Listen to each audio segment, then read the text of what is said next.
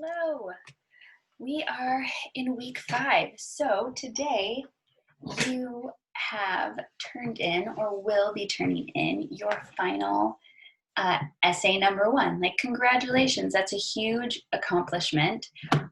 It's a lot of work, a lot of probably moments of brain frying, and you did it. You did it. And that that's fantastic. Like, that's a huge accomplishment. And moving forward, as you are going to be beginning the brainstorming process for your PLA number 2, your outline, you now have more information than you did when you first started the course.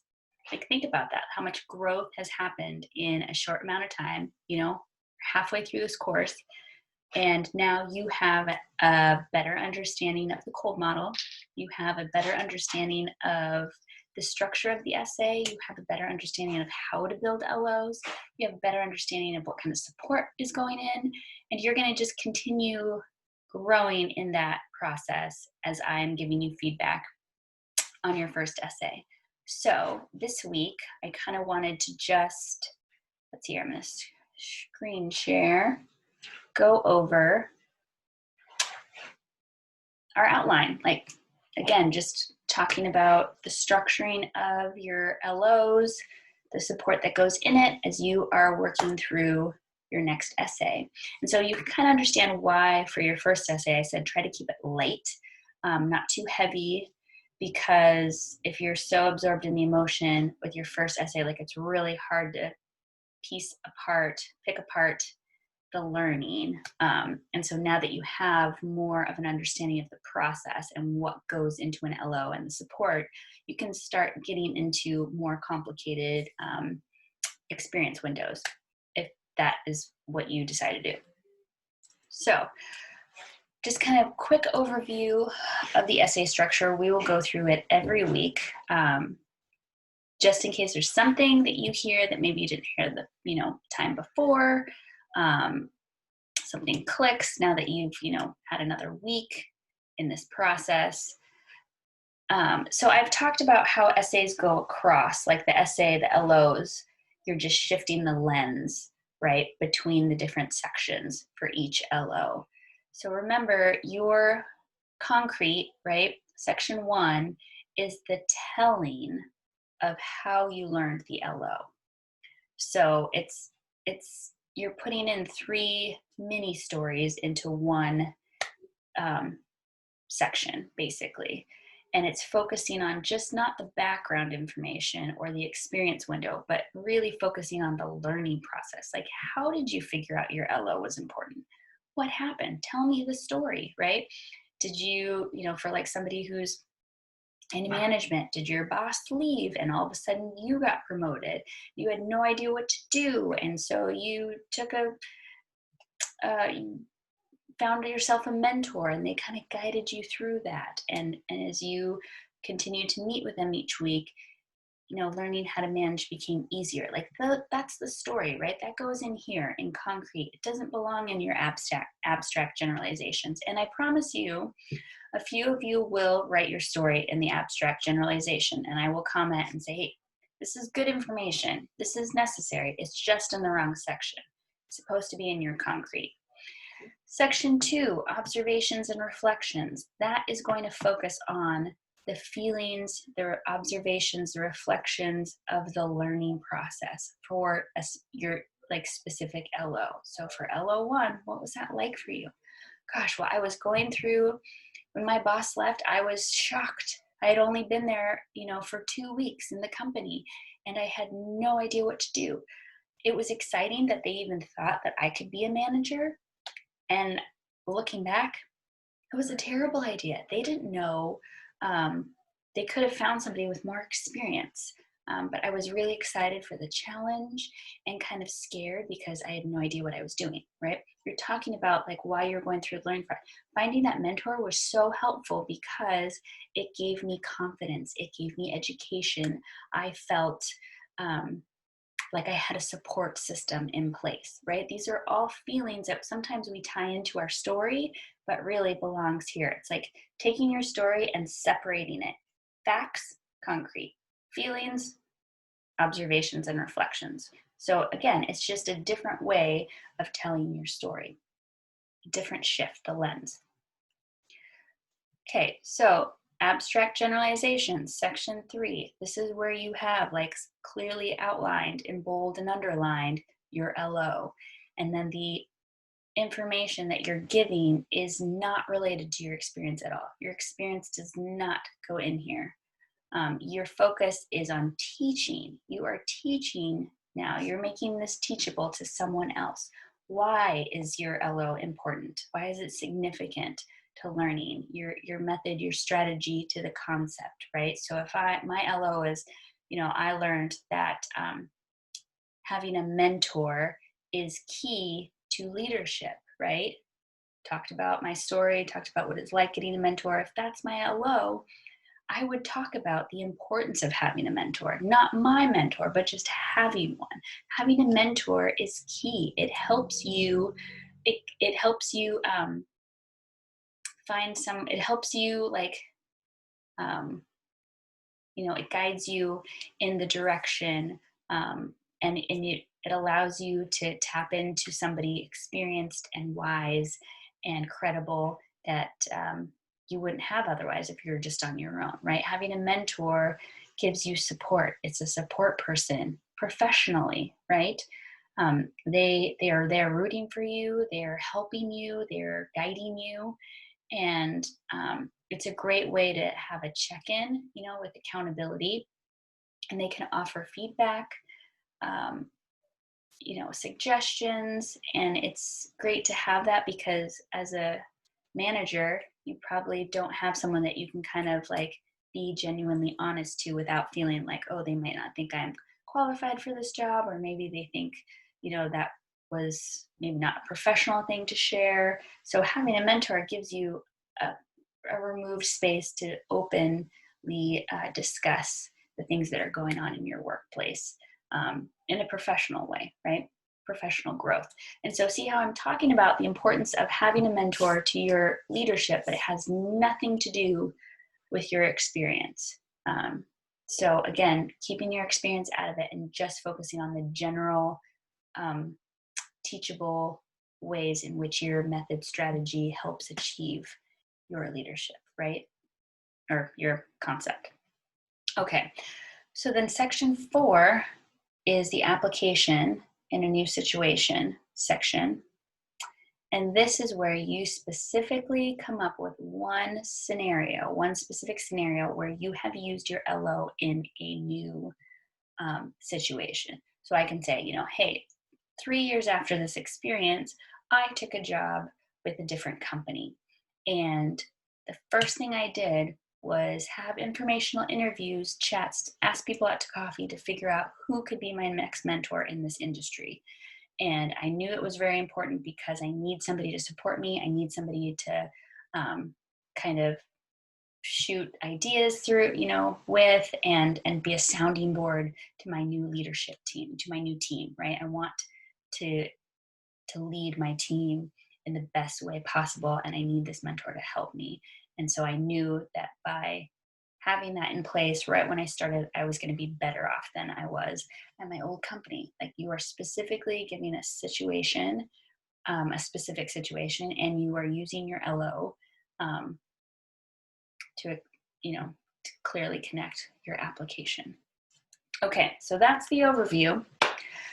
So as you are working through your outline number 2, I want to just take you through the sections with one LO and remind you of the type of thing that we're looking for. So section 3, right? You're going to have your LO. I learned that identifying what you are okay with or not okay with is key to creating boundaries, which is crucial to maintaining a positive relationship. This works. This has been an example, a student example. So this is a very specific method, right? Strategy to this concept of creating boundaries, right? And sometimes people might think like, oh, maintaining positive relationships is a concept and creating boundaries is a strategy. But I'm going to ask you, like, how does one create boundaries, right? You have to be able to make your LO teachable. so that when someone reads it, they can take that and apply it. If I just tell someone, hey, creating boundaries is a way to positive relationships, you're going to be like, okay, so creating boundaries, I know that. How do I do that, right? How do I create these boundaries?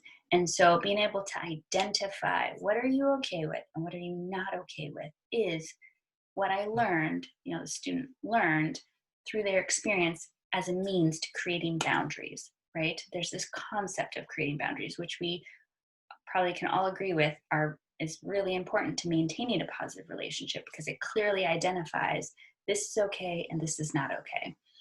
So it takes out the muck, the gray area as far as boundaries. So, okay. So remember, we need a strategy and a concept. You have to take yourself out, right? And just focus on how to teach your strategy and explain why it's significant to your concept. So again, my question would be like, how do you make boundaries clear? So you would talk about being able to, here, let me just make sure, being able to figure out that deciding on your own, figuring out what in a relationship, what are you okay with and what are you not okay with is important because it allows you to clearly communicate with your relationship with a friend, with, a parent, a coworker. It lets them clearly know your boundary, right? So for example, for like, you could say like, for example, in teaching, right? It's important to set a boundary on emails, right? For example, right? I don't email very often on Sundays or over the weekends. If it's a quick, email like I can quickly respond to, I do that. But if students want me to review something the day it's due, I don't. And I clearly say like, hey, I can't wait to grade your paper next week. I'm really looking forward to it. But that's a boundary that I have and a lot of faculty have to maintain a healthy balance, right? But if you don't clearly identify that, then people just think like, oh, I thought you would respond to me. Why didn't you respond to me? But it's important to set that clear boundary and explain it, right? So it's like a hypothetical example. In the work world, you can talk about figuring out, with emails, phone calls. Do you take a phone call at 8 p.m. when your boss calls? Well, maybe not your boss, but like maybe a client, right? If you're in real estate, do you take the 8 p.m. phone call? Or do you have a clear boundary of 5 p.m. is when my work is done for the day and I begin again at, 6 a.m. or 7 a.m. And so, I can talk about those things, those hypothetical situations that give specific details that aren't related to, say the student's experience, right? It has nothing to do with his or her story, but they're just coming up with examples to really clarify and fill the gaps for the reader, that these are possible potential situations where you can identify what's clear or not clear, or like what's okay or not okay to your concept. Also talking about finding credible sources that would relate to you in regards to identifying clear boundaries. Like creating clear boundaries helps maintain positive relationships also. Or even finding people that agree that, writing out a list of your boundaries is identifying what's okay and not okay. See, not only do I believe that, but so does this credible source, say in the sociology field, right? So that's the key in section 3, to not talk about your experience, to talk generally, also to give examples or credible sources to back up your claim. It just solidifies your LO.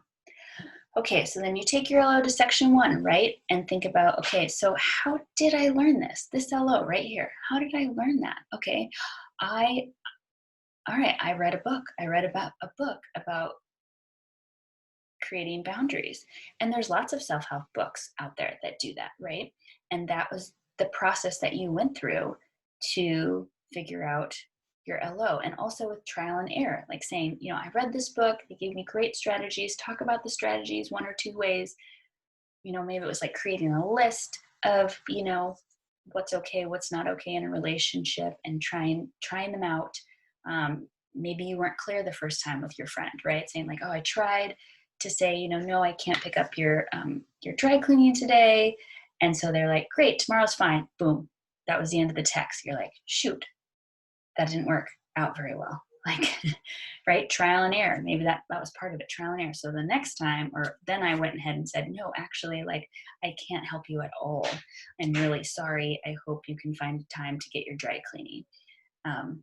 Have a great day, thinking of you, right? And so being more clear about what's okay and not okay. And that worked out just fine. They're like, oh, great, thanks. Like, no feelings hurt. You clearly let me know what was going on.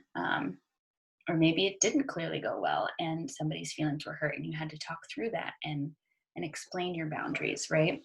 So trial and error can be part of it if that's part of your story, right? So this section 1, concrete, is you explaining the process, the learning process of how you figured out your LO to be important learning in your experience. Okay, section 2, right? Taking the same LO, focusing on the feelings, the reflections, the observations, right? What was it like for you when you were going through this LO? What do you notice now that you didn't know back then? You just want to really make sure you're focusing on the specific learning process of the LO, right? I didn't have any idea. I had no idea I didn't have clear boundaries, right? I was really frustrated with my parents' disregard, but I didn't do anything about it, which probably just like re-solidified the problem in the situation. So, really explaining, gosh, this was really hard for me. I struggled. Reading that book, I was really, maybe like I was nervous going to the bookstore because maybe people were staring at me in the self-help section. I was feeling, self-conscious. Reading through the first couple of chapters made me feel like I had a plan. I had some strategies, some tools to use. I was nervous the first time I, tried my tool with my friend and texted her back, letting her know I couldn't pick up her dry cleaning. See, those are all things related to the LO story. That's not giving me more information about the story, but just giving you more information about what was going on for you. It's just a shift in the lens. Okay, so we've covered section 3, right? Section 4, application, right, in new future situations. So taking the same LO and being like, okay, how did I use this in the future? And coming up with specific situations, right? So if this is my sister in Arizona, something clearly happened in Arizona. Like my sister I came to visit my sister and she wanted me to watch her daughter while I was on vacation. And she just came and dropped her off. And I said, no, we didn't make plans for this. This is my time for my vacation. And I love to hang out with you guys. We should, all go swimming or something, or, take a walk to the park. But I'm here with my family on vacation. It's really important that I spend quality time with them and you. But I can't babysit your daughter during today or during this time.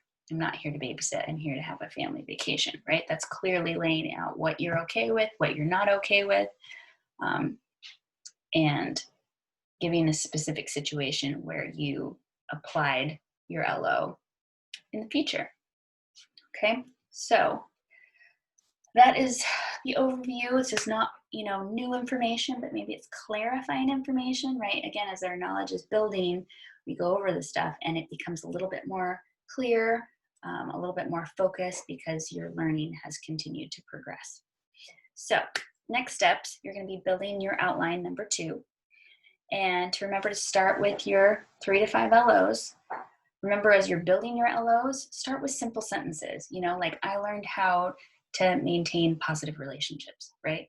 That's very simple. And thinking, okay, like then take that and build into an abstract LO. Okay, well, how did I build positive relationships? Well, I created boundaries, right? I created boundaries with this. Okay, how did I do that?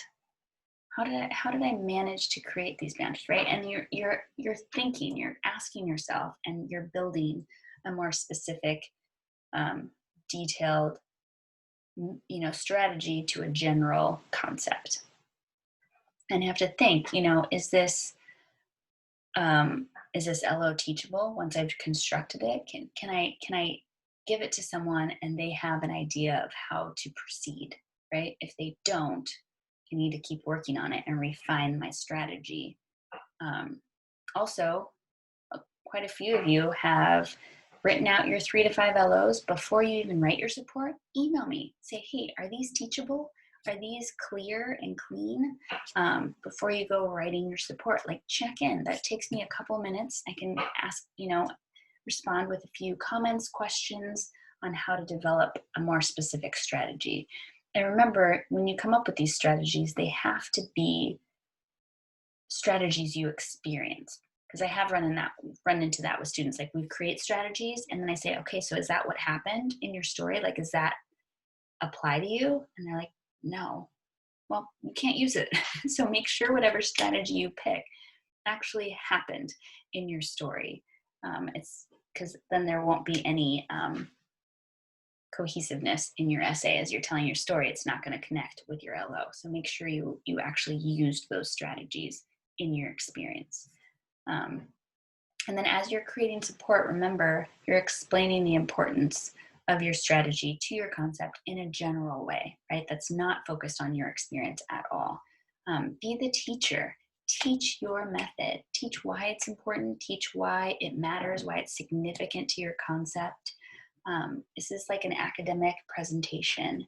And so you're not bringing in your experience, but offering, examples of what that looks like, because we love examples, and offer, it's not required, but I firmly believe credible sources back you up, and it makes it harder for faculty to discount your LO. So those are the slides for week 5. Again, please contact me, email me as you are building your outline. Let me know how I can support you. Check in on your LOs and your support. And you've got this. We're already at essay 2, round 2. I will, stop screen share. Okay, so that is it for this week. Have a great week. I look forward to the emails and the Zoom sessions to check in as you build your second essay. Okay.